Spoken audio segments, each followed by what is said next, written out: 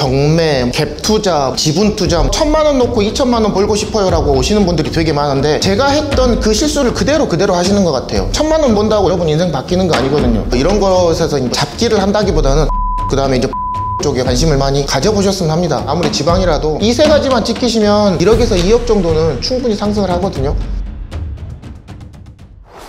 제가 이 바닥에 들어온 지 지금 6년 정도 됐습니다. 이제 7년차 들어가고 있는데요. 저도 투자를 해보면서 이제 내 집 마련도 해보고, 이제 이사도 해보고, 손해도 보고, 사람마다 개인마다 상황이 다르더라고요. 상황이 다르니까 상황에 따라서 이제 조언을 해드리는 게 맞다라고 전 보여지거든요. 20, 30대 이제 청년층, 신혼부부, 거의 대부분 저를 찾아오시는 분들의 고민이 뭐냐면 돈을 좀 벌어보고, 그 다음에 뭘 늘려보고 싶은데 방법을 모르겠다는 거예요. 다른 사람들은 강남에 뭐 집을 사고 뭐 벤츠 끌고 다니는데 나는 뭐지? 나도 뭐 투자도 좀 해볼까? 경매도 좀 해볼까? 이렇게 오시는 분들이 많은데요. 자기가 뭘 필요한지를 잘 모르세요. 뭘 해야 되는지도 잘 모르시고, 자기가 뭐가 부족한지 모르거든요. 공부를 해본 적도 없고, 재테크에 대해서 배워본 적도 없고, 접해본 적도 없고, 주변은 대부분 다 주식해갖고 말아먹은 사람들밖에 없잖아요. 어떤 방향으로 가야 될지 모르시는 분들이 되게 많거든요. 부모님이랑 같이 살았는데 이번에 오피스텔로 나올 예정이에요. 1000만 원 놓고 2천만 원 벌고 싶어요. 2천만 원 놓고 4천만 원 벌고 싶어요 라고 오시는 분들이 되게 많은데, 처음에 좀 시작을 좋게 하셨으면 좋겠어요. 처음에 시작하시는 분들은 뭐 경매, 갭 투자, 지분 투자 뭐 이런 것에서 잡기를 한다기보다는 정석적으로 내 집 마련에 대한 청약, 그 다음에 이제 분양권 쪽에 관심을 많이 가져보셨으면 합니다. 1000만 원 넣는다고 여러분 인생 바뀌는 거 아닙니다. 2천만 원 번다고 여러분 인생 바뀌는 거 아니거든요. 제가 했던 그 실수를 그대로 하시는 것 같아요. 취득세, 보유세, 양도세, 그리고 자신의 명의를 씀으로 인해에 대한 기회비용들이 너무 아까운 것을 자기들이 잘 몰라요. 경매할 때 명도라는 게 있거든요. 명도라는 게 사람 스트레스 값이에요. 스트레스 받고 화내고 성질내고 괜히 씨알데기 없이 그런 거 갖고 에너지 소비하지 마시고요. 그래서 여러분들한테 추천드리고 싶은 거는, 투자로 접근하기에는 신축, 분양권 쪽 접근하시기에 좀 괜찮다고 생각하고, 돈이 조금 부족하고 좀 한 단계 정도 들어가서 내가 청약을 하고 싶다라고 하시면 지방 미분양 쪽, 경기 수도권 지역에 있는 택지 분량에 있는 미분양 쪽들도 괜찮다고 생각하고, 그런 걸 공부해 보실 거를 저는 추천드립니다. 제가 해보니까 그게 가장 맞는 것 같아요. 그리고 어느 정도 이제 조금 안정화되고 대출도 좀 일으키고 다른 것에 대한 여유가 되시면 그때 다시 갭 투자도 해본다든지 경매라든지 그런 걸 가보시기를 추천드립니다. 처음부터 경매라든지 갭 투자 이런 거 안 하셨으면 좋겠어요. 아니 무슨, 나 지금 가점도 얼마 안 되고 청약통장도 뭐 얼마 넣지도 못했고 계약금이 10%를 내야 되는데 10%도 못 내요. 첫 판부터 포기하시는 분들이 계시는데, 방법은 찾는 거예요. 방법은 만들어가는 거지, 방법이 있으니까 내가 일로 간다는 것은 은행 예금 받겠다는 것밖에 안 되거든요. 그러면서 천천히 들어가셨으면 좋겠습니다. 지금 같은 경우에 이제 2030 분들이 3기 신도시도 기다리실 수 있고요. 수도권 외곽 지역에 택지 개발 물량들이 되게 많습니다. 처음엔 인프라가 좀 안 갇혀 있어서 좀 눈높이가 좀 안 맞으실 거예요. 대부분이 그러세요. 가보면 뭐 똥냄새나고 인프라 안 좋고 서울에서 뭘 하지만 기껏 해봤자 2, 3년만 거기서 실거주 하시면 들어갔을 때 대비해서 나오실 때 실거주 갈아타기를 할 수 있는 밑바탕이 됩니다. 이런 걸 투자의 방향성이라고 그래요. 실제로 그래서 이제 제가 강의를 해보면, 이제 저는 이제 소액 투자 강의다 보니까 이제 1000만 원, 2천만 원 가지고 투자할 수 있는 것들을 많이 선택하거든요. 이제 지방 투자 같은 게 미분양도 많이 얘기를 해드리고요. 수강생분들 중에서 1000만 원, 2천만 원 두고 이제 투자 좀 해보겠다고 오신 분들 중에서 대놓고 이제 청약 쪽으로 가셔라. 공부 딱 1년만 해보라. 1년만 해보고 정말 1년 후에도 내가 그 상태고 성과가 없었다면 다시 와라. 나한테 다시 오시면 내가 그 1000만 원, 내가 2천만 원을 불려주는 건 내가 책임지고 해드리겠다 라고 해주면서 그쪽으로 계속 보내드립니다. 실제로 그렇게 해서 가신 분들 중에서 다시 저한테 와갖고 뭐 건빠님 1000만 원 갖고 나 2천만 원 못 벌었어요 하고 오신 분들 한 분도 없었어요.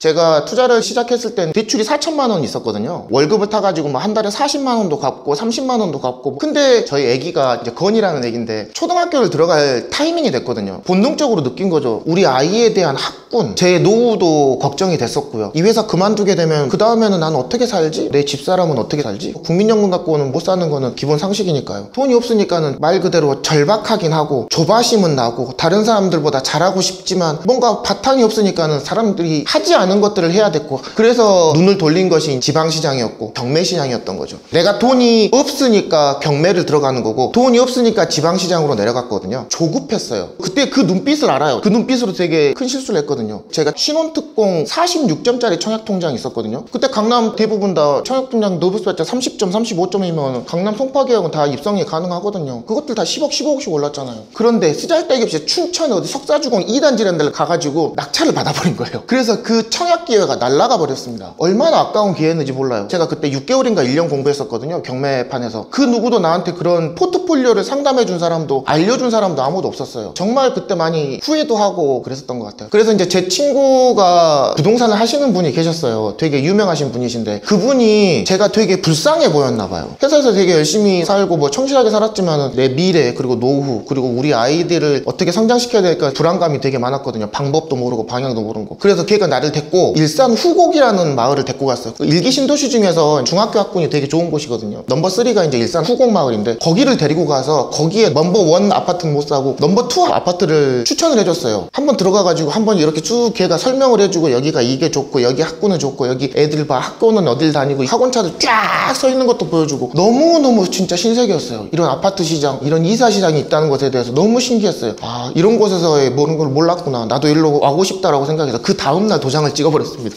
아파트를 매매하게 된 거죠. 처음으로 제 인생에 처음으로 아파트를 매매하는데 그게 1억이 오른 거예요. 빌라에서 40만 50만 원 갚던 시기였으니까 너무 센세이션했던 것 같아요. 그러다가 욕심이 그때부터 막 발동을 했었습니다. 아 나도 아파트를 사기만 하면 다 오르는구나. 갖고 있기만 하면 되는구나. 그래서 갭이 작은 것들 예를 들어서 투자금이 500만 원 1000만 원만 되면 무조건 제가 샀던 것 같아요. 그래서 청주 가경동 뭐 산남동 구축 아파트들 1억 5천이면 살 수 있었을 때가 있었습니다. 지금도 그렇거든요. 재수가 좋으면 1억 5천에 샀는데 전세가 1억 6천에도 나가요. 그렇게 전세가율이 높은 지역도 있습니다. 그럼 뭐 복비 내고 시세비 내고 수리비 내고 나면 100만 원에서 200만 원씩 남을 때도 있었어요. 저 같은 경우에는 경매 베이스로 시작을 하다 보니까 물건만 보고 시장을 볼 줄 몰랐어요. 그 청주 지역이 이제 상승할 지역인지 보합인지 아니면 떨어질 지역인지 그리고 지금 내가 샀었을 때 언제 출구 전략을 가지고 언제 들어가야 돼 이런 타이밍적인 것들이 되게 중요하거든요. 그런 준비가 되지 못했어요. 나무만 봤지 숲을 보지 못했던 것 같아요. 미래가 어떻게 될지 모르겠어. 그게 가장 큰 패착이었습니다. 사람들이 왜 매매가가 1억 5천인데 전세가를 1억 6천만 원을 주고 들어가고 싶겠어요? 들어가고 싶은 사람은 다 이유가 있겠죠. 그걸 몰랐던 것 같아요. 이해하려고 생각도 안 하고 아 저 사람은 몰라서 그냥 앞으로 매매가 오를 텐데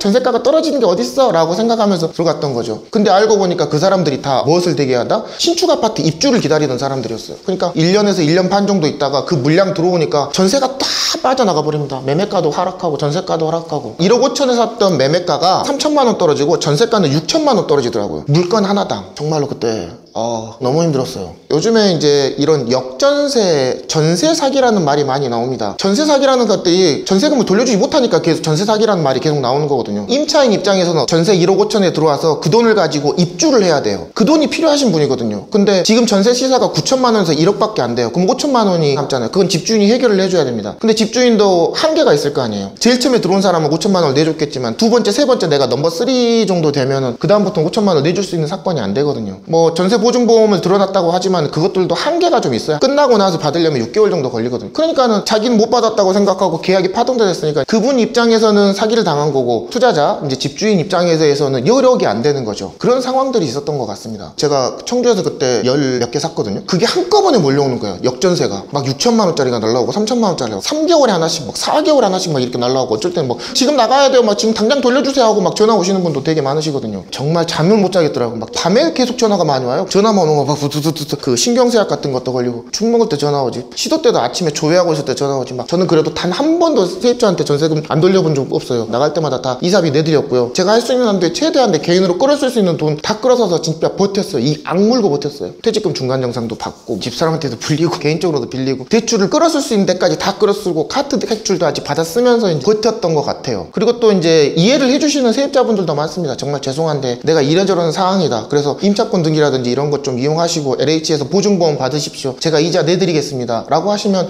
이해하시는 분들이 저는 한 절반 정도 되셨던 것 같아요. 그분들이 조금 내시고 제가 이자 부담하고요. 그런 방법들로 저는 버텼던 것 같아요. 처음에는 이제 뭘 몰라서 실패를 했었고 두 번째는 욕심 때문에 실패를 해봤는데요. 계속 잠 못 자면서 뭐 술로 계속 밤을 거대면서 그때 좀 저를 다시 돌아보는 계기가 됐었던 것 같아요. 그러면서 질문 방향을 바꿨었던 것 같아요. 자꾸 나는 왜 안 되지? 난 다른 사람보다 열심히 했는데 나는 왜 투자를 못할까가 아니라 어떻게라고 질문을 했어야 됐던 것 같아요. 어떻게 하면 역전세를 맞지 않을까? 공부가 좀 덜 됐구나. 잘하는 사람들도 따라다녀보고 지역 분석을 하는 방법을 배워야 되겠구나. 그리고 신축을 살려면 어떻게 해야 되지? 분양권 쪽으로 사면 되는데 괜찮은데 분양권도 그냥 사면 안 되겠구나, 이런 조건들과 내가 투자해서 상승을 할 수 있는 가치가 있는 곳에 투자를 해야 되겠구나라고 계속 고민해 보게 됐었던 것 같습니다. 그러면서 이제 투자의 방향을 바꿨던 거고, 제일 처음에 시작했던 것들이 이제 포항부터 시작해서 경남권에 있는 미분양들을 이제 그때부터 접수하기 시작한 거죠.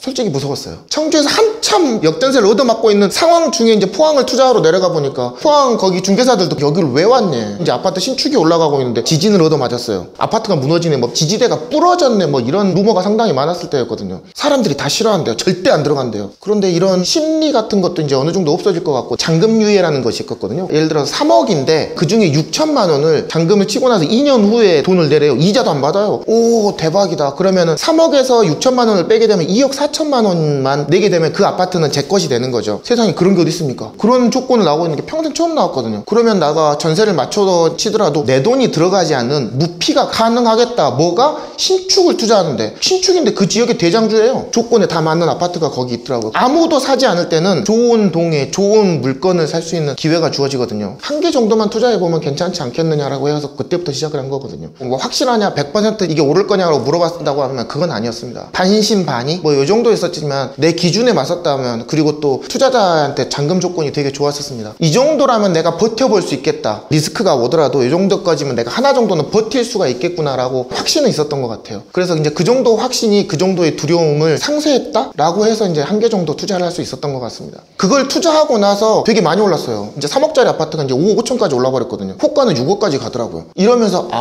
내 투자 방식이, 내 공부 방식이 기존에 있던 지역 분석과 흐름과 그리고 이제 타이밍을 접목시키는 것들이 맞았을 수도 있겠구나라고 하면서 그 주위에 있던 이제 숲을 보게 된 거죠. 포항도 보고 김해도 보고 이제 경남권 지역들도 보고, 이렇게 미분양으로 무너지는 지역들이 더 이상의 미분양도 없고 물량도 없으면 한번 베팅해보겠다 확신들이 그때부터 생겼던 것 같습니다. 그게 시발점으로 됨으로 인해서 자신감도 얻어가고, 그 다음부터 이제 경남, 창원, 진해, 진주, 거제까지 이제 미분양 아파트들을 그때부터 줍줍하기 시작한 거죠. 그러면서 이제 성장하고 지금의 이제 자산을 일구게 됐었던 거죠.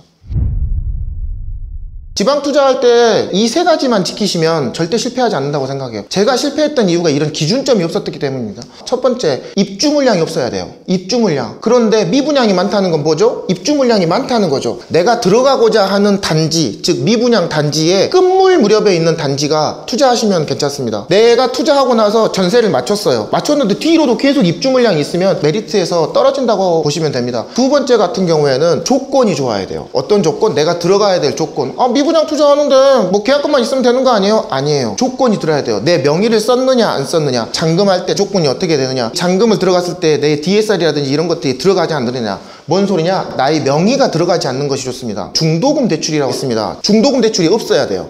아니, 건설사 입장에서 중도금 대출이 없이 어떻게 아파트를 분양하나요? 그럼 법에 어긋되는 거 아니나요? 아니에요. 그런 건 시행사 보증이라는 것도 있고요. 시행사 자체 보증이 없을 수도 있어요. 미분양이 너무 심각하면 그 보증 자체를 안 해서 계약금만 넣는 그런 조건들이 나오거든요. 그런 조건들이 나오는 아파트 단지가 좋습니다. 그리고 마지막 세 번째 같은 경우에는 잔금에 대한 리스크가 적어야 돼요. 예를 들어서 3억의 분양을 받았는데 전세가 뭐 1억밖에 못 받아요, 2억밖에 못 받아요 라고 한다면 지방 투자할 때 어려운 상황이 될 수도 있어요. 예를 들어서 한 번 투자하고 두 번 투자하고 했을 때 자금이 많이 묶여버리는 경우가 발생하거든요. 즉 잔금 유예라든지 이런 투자자들이 들어올 수 있는 만한 조건이 있어야 됩니다. 즉 내가 투자금이 덜 들어갈 수 있는 상황이 발생할 수 있는 거, 이런 아파트 단지면 괜찮다고 생각합니다. 이 세 가지만 지키시면 지방 투자할 때 절대 실패하지 않는다고 생각하거든요. 제가 해보니까 그렇습니다. 3억대 아파트를 투자한다고 치시면 이런 사이클 구간이 있을 때, 이런 바닥장에서 올라갔을 때 아무리 지방이라도 1억에서 2억 정도는 충분히 상승을 하거든요. 1억대에 파느냐 2억대에 파느냐는 이제 개인 따라 다르겠습니다만 최고가에 팔고 싶죠. 근데 이제 이런 것들은 시기마다 다르기 때문에 한 1억 정도는 충분히 여러분들한테 수익으로 가져올 수 있다고 생각합니다. 최소한으로 봤을 때요.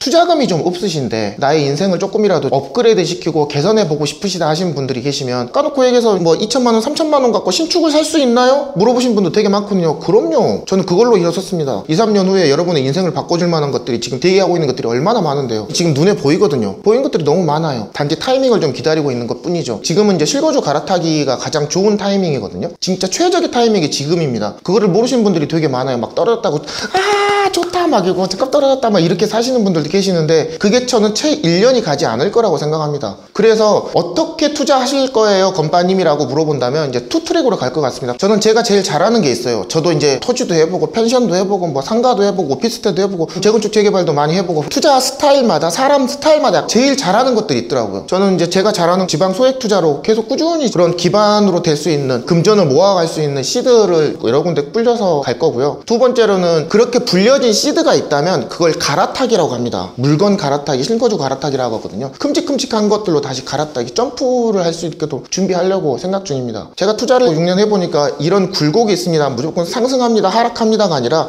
이런 타이밍들이 오거든요. 그러면 그럴 때마다 약간씩 분산 투자식으로 시간을 투자하시는 게 속도 면에서는 늦겠지만 안정성은 더 높아진다고 생각합니다. 사실 40 되고 50 되면 이제 좀 어느 정도 지키는 투자를 좀 많이 선호하거든요. 자신의 성향하고 이제 자산하고 그 특징에 따라서 이렇게 조금씩 가는 게 좋다고 합니다. 그래서 저는 지금도 계속 짜금짜금만한 것들을 미분양 투자를 계속 할 생각이에요. 한 가지 팁을 좀 드리자면 제가 지금까지 투자해왔던 것들을 제 블로그에 다 적어놨거든요. 왜 2018년도에 내가 청주에 가가지고 그 삽질을 했는지 그리고 그 결과는 어떻게 됐는지 그 링크를 다 적어놨습니다. 청주 투자 사례, 익산 사례, 광주 사례, 제주도 토지 사건 뭐 이런 식으로 검색을 해보시면 그때 제가 왜 거기를 내려갔고 그걸 왜 투자했으며 결과는 어떻게 됐고 출구 전략은 어떻게 가져왔는지를 다 적어놨거든요. 제가 지금 투자하고 있는 것들도 지금 계속 적어놓고 있어요. 검색만 한번 해보십시오. 청주 트릴로체를 제가 왜 팔았는지, 법인으로 왜 저렇게 신축물 가지고 있으면서 오를 걸 알면서 왜 파는지, 출구 전략을 왜 가져가는지, 그리고 그런 것들이 지금의 트렌드가 어떻게 가고 있는지, 종부세 구간을 왜 계속 늘리고 있는지에 대해서 계속 적어놓고 있거든요. 이런 거를 투자의 흐름 방향이라고 합니다. 저는 이게 가장 중요하다고 생각해요. 그런 것들 한 번쯤 더 읽어보시고 질문이 깊으면 깊을수록 답변도 깊거든요. 저 2천만 원 갖고 투자해야 돼요? 하세요.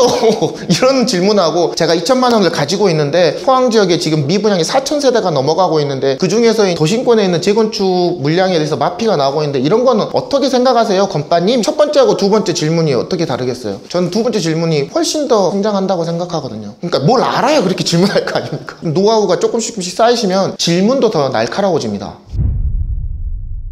제가 닉네임이 건이 아빠입니다. 큰애가 이제 건인데요. 제가 부동산을 갈 때마다 저희 애를 데리고 다닐 때가 되게 많습니다. 왜? 내가 이런 투자계라든지 이런 재테크계를 배워보지 못했기 때문에 제가 이렇게 성장하지 못했다고 생각하거든요. 마찬가지로 건이 같은 경우에는 앞으로 이제 경쟁이라든지 이런 사회생활, 이런 노동에 그리고 4차 산업이 이루어지면 이루어질수록 일자리는 줄어들거든요. 여러분도 마찬가지예요. 지금 안정적인 직장, 여러분들의 뭐 지금 급여, 생활 수준 이런 게 언제 변할지 모릅니다. 여러분들도 준비하셔야 된다고 생각하고요. 대부분의 사람들이 직장인들도 그렇고 재테크 교육을 못 받아보신 분들이 되게 많을 거예요. 저도 이제 40 중반이 넘어가는 상황입니다만 제가 어렸을 때 배웠던 것은 좋은 대학 나와서 빚지지 마라, 저축해라 이 세 가지밖에 없었거든요. 저희 부모님 세대도 많이 못 배우셨던 거고 저희도 그랬던 것 같아요. 이런 집이라든지 상가라든지 이런 재테크 분야로 들어올 수 있는 방법이 저희는 전혀 몰랐던 것 같아요. 그런 분들이 막상 30대 후반, 40대 초반 요 정도 되시면 내가 노후 준비를 어떻게 해야 될지를 모르시는 분들이 되게 많거든요. 그분들 입장에서의 이제 조언을 많이 해드릴 수 있을 것 같아요. 포트폴리오라든지 급여라든지 그리고 그 상황에서 내가 선생님 입장이라면 이쪽 방향으로 가면 좋겠다 라고 말씀드리고 싶은 분들이 되게 많고요. 저는 지금이라도 늦지 않다고 생각합니다. 지금 얼마나 좋은 시기인지 여러분들이 몰라서 그래요. 이 영상을 보시는 대부분의 사람들은 직장 다니시거나 전업주부 하시는 분들이 계시지만 주변에 돌아보세요. 100명 중에 99명은 부동산에 관심이 없습니다. 뭐 주식에 잠깐 관심 가졌다가 1,000만 원 날려먹고 다시 또 모았다가 1,000만 원 날려먹고 이런 식으로 대부분 다 하시거든요. 여러분들이 이 영상을 보고 계신다는 것 자체가 이미 대한민국 1%에 드는 자산가로 성장하실 수 있는 여건을 가지고 있다고 저는 생각합니다. 물론 좀 시간적인 타이밍이라든지 남보다 늦었다고 생각할 수는 있겠지만 진입 타이밍보다는 앞으로 내가 5년, 10년 후에 모습을 보신다면 전 지금도 늦지 않았다고 생각합니다. 60대신 분도 오시고요, 70대신 분도 오시고요, 신혼부부인데 그분들도 애기 데리고 와서 상담받고 가셨어요. 다들 자기가 늦었다고 하더라고. 그런 걸 여러분이 아신다는 것 자체가 시작이 좋다고 생각하고요. 절대 늦지 않았다고 생각합니다. 1년 후, 2년 후에 시장이 어떻게 변할지 어느 정도 윤곽이 되게 나오고 있는 타이밍이거든요. 그런 타이밍에서 여러분들이 남들 집값 떨어졌으니까 잘됐다 뭐 이렇게 있으신 분들하고 놀지 마시고 조금이라도 이런 시장에 관심을 가져보시는 게 좋다라고 생각합니다. 너무 걱정하지 마시고 너무 두려워하지 마시고 지금이라도 조금씩 접해보시면 여러분들한테 분명히 좋은 도움이 될 거라고 생각합니다.